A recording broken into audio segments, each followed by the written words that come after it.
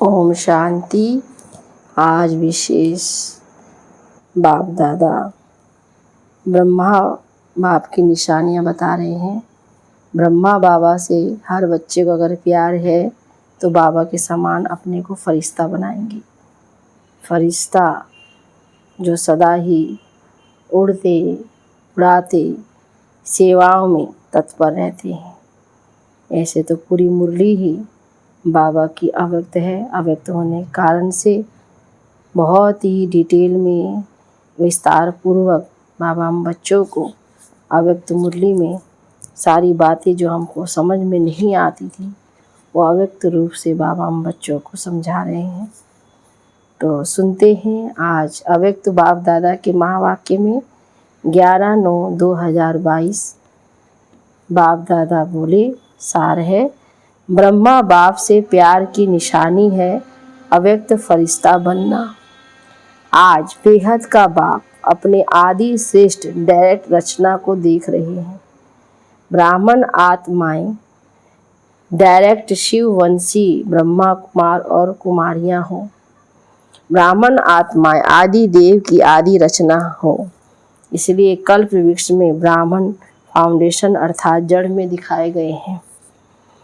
अपना स्थान देखा है ना, तो वृक्ष में आप आदि रचना बीज के समीप जड़ में दिखाए गए हो, इसलिए डायरेक्ट रचना हो। अन्य आत्माएं डायरेक्ट माता पिता अर्थात शिव बाप और ब्रह्मा माता अर्थात डायरेक्ट परमात्मा रचना नहीं है। आप डायरेक्ट माता पिता की रचना हो। फर्क है ना। आप आदि रचना और अन्य धर्मात्माओं की रचना दोनों में अंतर है। आप परमात्मा रचना अपने रस्ता माता पिता दोनों को अच्छी तरह से जानते हो। अन्य धर्म की आत्माएं आप तना से निकली हैं। आप जड़ भी हो और तना भी हो। ब्राह्मण रूप में वृक्ष की जड़ में हो और देवता रूप में वृक्ष के तने हो। और सभी धर्म आप तनों से निकलते हैं। तो आप डायरेक्ट रचना का कितना महत्व है। डायरेक्ट बीज के साथ संबंध है, उन्हों का इनडायरेक्ट संबंध है, आपका डायरेक्ट है।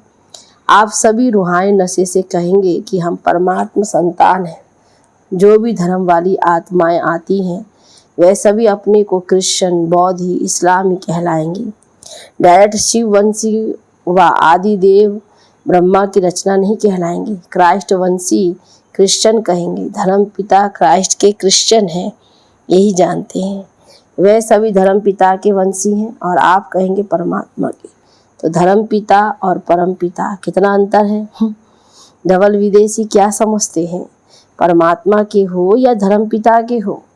परम पिता के अर्थात डायरेक्ट रचना होना, तो डायरेक्ट और इनडायरेक्ट में कितना अंतर है। नशे में भी अंतर है तो प्राप्ति में भी अंतर है। इसलिए भक्ति मार्ग में इनडायरेक्ट अपने इष्ट द्वारा बाप को याद करते हैं। अगर कोई शिव भगत भी हो तो भी शिव शंकर एक मान करके याद करते हैं।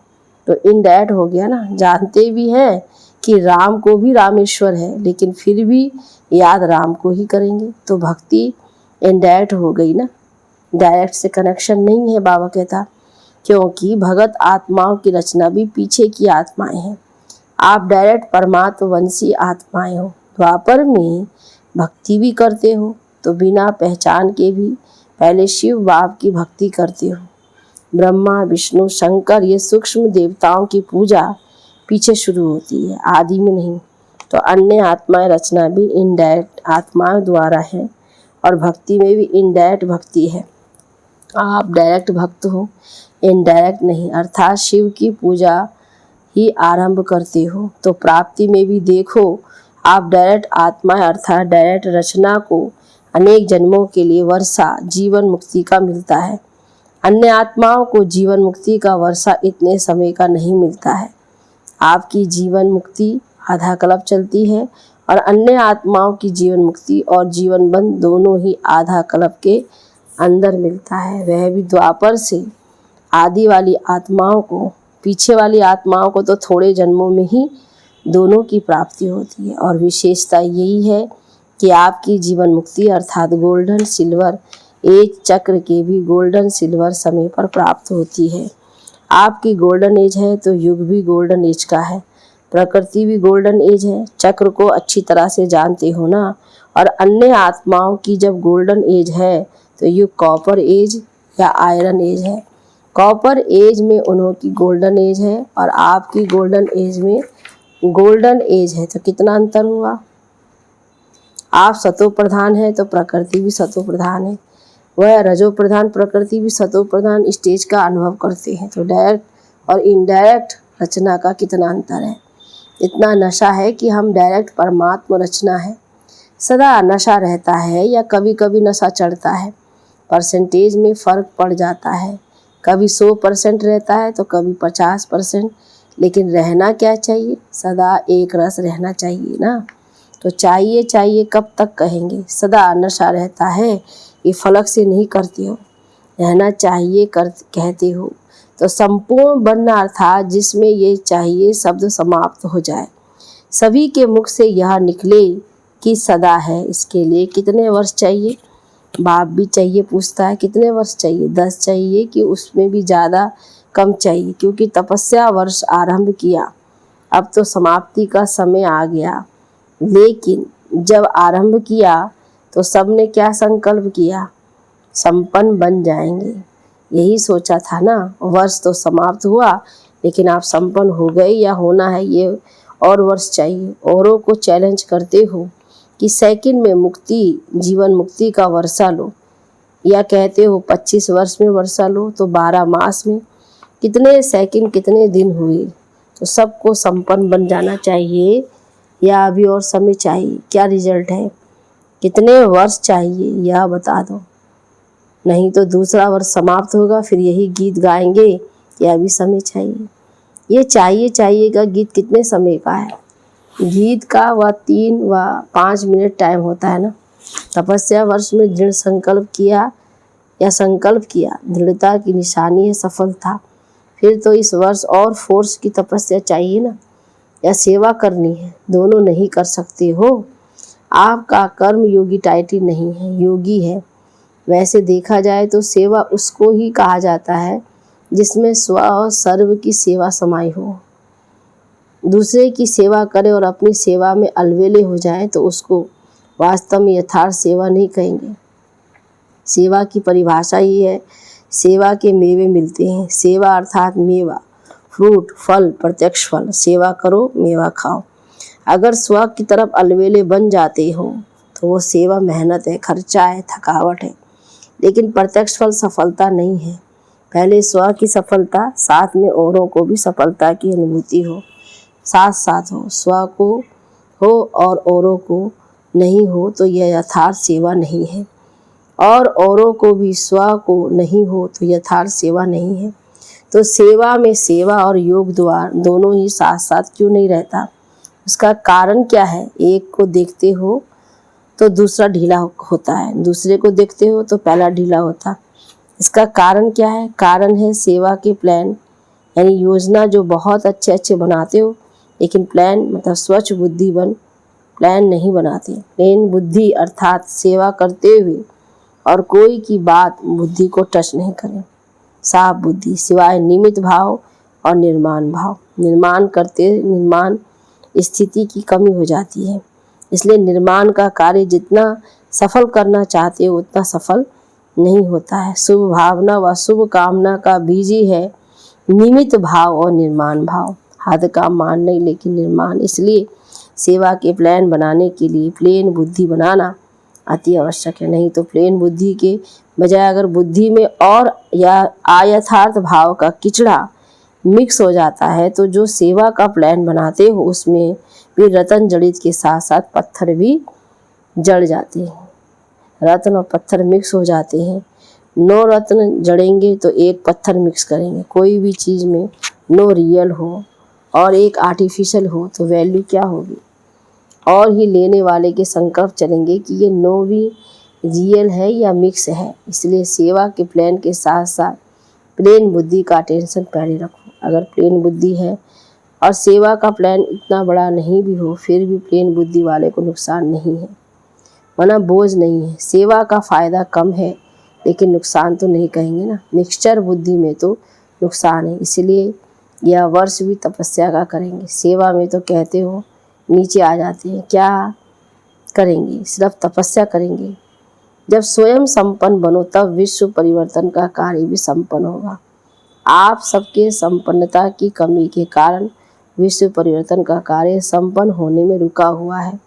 प्रकृति दासी बन आपकी सेवा के लिए इंतजार कर रही है कि ब्राह्मण आत्माएं ब्राह्मण सो फरिश्ता और फिर फरिश्ता सो देवता बने तो हम दिल व जान सिख व प्रेम से सेवा करें, क्योंकि सिवाय फरिश्ते बने देवता नहीं बन सकते। ब्राह्मण से फरिश्ता बनना ही पड़े, और फरिश्ता का अर्थ ही है जिसका पुरानी दुनिया, पुराने संस्कार, पुराने देह के प्रति कोई आकर्षण का रिश्ता नहीं। तीनों में पास चाहिए, तीनों से मुक्त। वैसे भी ड्रामा में पहले मुक्ति का वर्षा, फिर जीवन मुक्ति का। वाया मुक्ति धाम के आप जीवन मुक्ति में नहीं जा सकते, तो फरिश्ता अर्थात मुक्त और मुक्त फरिश्ता सो जीवन मुक्त देवता बनेंगे। तो कितने परसेंटेज फरिश्ता बने हो कि ब्राह्मण बनने में ही खुश हो। फरिश्ता बनना अर्थात अव्यक्त फरिश्ता स्वरूप ब्रह्मा बाबा से प्यार हो। जिसका फरिश्ता अर्थात स्थिति से प्यार नहीं, तो ब्रह्मा बाप नहीं मानता कि मेरे से प्यार है। प्यार का अर्थ ही है समान बनना। ब्रह्मा बाप फरिश्ता है ना। फरिश्ता बन आप सबको फरिश्ता बनाने के लिए फरिश्तों की दुनिया में रुके हुए हैं। सिर्फ मुख से नहीं कहो कि बाप से बहुत प्यार है, क्या वर्णन करें। लेकिन ब्रह्मा बाप सिर्फ कहने से खुश नहीं होते, बनने से होते हैं। कहने वाले तो भगत तो बहुत हैं, कितने प्यार के गीत गाते, इतने प्यार के गीत गाते हैं, जैनिकों को हंसा भी देवे तो रुला भी देवे। वह सब है कहने वाले और आपको बनने वाले। अगर सिर्फ कहते रहो तो समझो अभी भक्ति का अंश रहा हुआ है। ज्ञानी तो आत्मा, योगी तो आत्मा नहीं कहेंगे, लेकिन भगत योगी आत्मा कहेंगे। अब क्या करेंगे?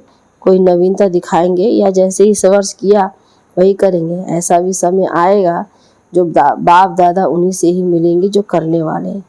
जो बनने वाले हैं सिर्फ कहने वाले हैं नहीं। अभी तो सभी को अलाउ कर देते हैं, भावना वाले भी आ जाओ, ज्ञानी योगी तो आत्मा भी आ जाओ। लेकिन समय परिवर्तन होना ही है, इसलिए अपने ऊपर और 10 गुना अंडरलाइन करके परिवर्तित होकर दिखाओ। फिर बाप दादा को उदाहरण नहीं देना कि ऐसे कैसे होगा, ऐसे क्यों किया। आप पुरुषार्थ में स्ट्रिक्ट नहीं होते हो तो बाप को स्ट्रिक्ट होना ही पड़ेगा। अभी तो बाप के प्यार स्वरूप से चल रहे हो, पढ़ रहे हो, लेकिन सदगुरु का रूप धर्मराज नहीं, सदगुरु की आज्ञा सिर माथे गाया हुआ है। अभी तो बाप दादा मीठे बच्चे, प्यारे बच्चे कह करके चला रहे। अगर प्यार है तो मिलन की प्यास है। समान बनकर मिलो, महान अंतर में नहीं मिलो। समान बनकर मिलन में बहुत मज़ा है, ये मज़ा और है। अच्छा, बाप से मिल लिया, दृष्टि ले लिया, वहाँ गए तो फिर कोई कमजोरी आ गई, शक्ति मिली और काम में लाई।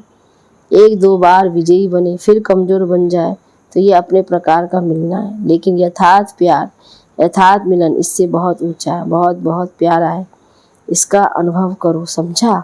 सदगुरु की कोई ने आज्ञा नहीं मानी तो सदगुरु है ना। बाप के आगे तो बच्चों के नाच लाड कोट चलते हैं। अगर बाप से सच्चा प्यार है तो इस वर्ष फरिश्ता समान बनकर दिखाएंगे। अभी इतने समय मिलने के लिए आए हैं, बहुत अच्छा है, लेकिन और अच्छे से अच्छा करना है। प्यार करना और प्यार निभाना उसमें अंतर है। करने वाले सभी हो, अगर प्यार नहीं होता तो इतने सब क्यों आते। लेकिन करना और निभाना इसमें अंतर हो जाता है। प्यार करने वाले अनेक होते हैं, लेकिन निभाने वाले कितने होते हैं। तो आप निभाने वाले हो, निभाने वाले फिर चाहिए चाहिए नहीं कहेंगे। प्रैक्टिकल है, सिर्फ मुख से नहीं। सुनाया ना कि तपस्या के चार्ट में भी अपने को मार्क्स सर्टिफिकेट देने वाले बहुत हैं, लेकिन सर्व के संतुष्टता का सर्टिफिकेट कोई कोई को प्राप्त होता है। चार्ट रखने वाले भी तो बहुत निकले, अपने को अच्छे से अच्छा सर्टिफिकेट देने वाले भी बहुत निकले।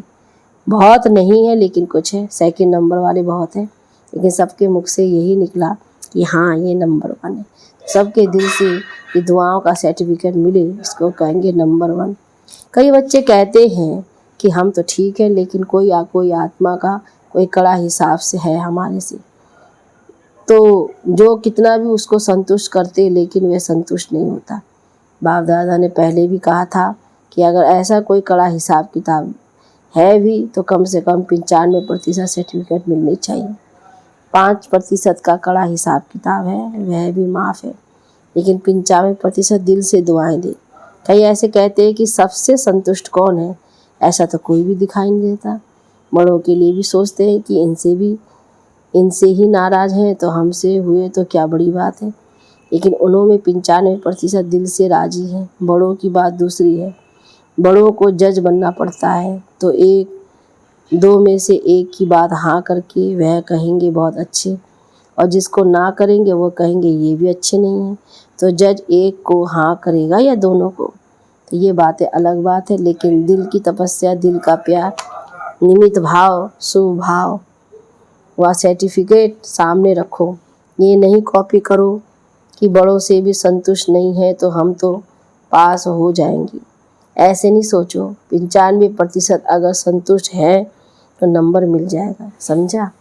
अच्छा, चारों ओर के आदि पिता की आदि रचना, जैट रचना श्रेष्ठ आत्माएं, सर्व जीवन मुक्त का वर्षा, अनेक जन्म प्राप्त करने वाली आत्माएं, सब ब्राह्मण सु फरिश्ता, फरिश्ता सु देव आत्मा बनने वाली अधिकारी आत्माएं, सदा प्लेन बुद्धि द्वारा सेवा के प्लेन में सफलता प्राप्त करने वाली आत्माएं, बाप से सच्चा स्नेह, सच्चा प्यार निभाने वाली सर्व समीप आत्माओं को बाप दादा का याद प्यार और नमस्ते। अच्छा, मीठे मीठे सिक्के लदे बच्चों प्रति माता पिता बाप दादा का याद प्यार और गुड मॉर्निंग। रूहानी बाप की रूहानी बच्चों को नमस्ते, नमस्ते बाबा, नमस्ते। वरदान, कंट्रोलिंग पावर द्वारा तूफान को भी तोहफा बनाने वाले यथार्थ योगी भव। यथार्थ व सच्चा योगी वह है जो अपनी बुद्धि को 1 सेकंड में जहाँ और जब लगाना चाहे वहाँ लगा सके। परिस्थिति हलचल की हो, वायुमंडल तमोगुणी हो, माया अपना बनाने का प्रयत्न कर रही हो, फिर भी सेकंड में एकाग्र हो जाना, ये है याद की शक्ति। कितना भी व्यर्थ संकल्प का तूफान हो, लेकिन सेकंड में तूफान आगे बढ़ने का तोहफा बन जाए, ऐसी कंट्रोलिंग पावर हो, ऐसी शक्तिशाली आत्मा कभी ये संकल्प नहीं लाएगी कि चाहते तो नहीं है लेकिन हो जाता है। स्लोगन में है, योग युक्त और युक्ति युक्त कर्म करने वाले ही विघ्न पूर्व बन सकते हैं। अच्छा, ओम शांति। अच्छा, ओम शांति। अच्छा।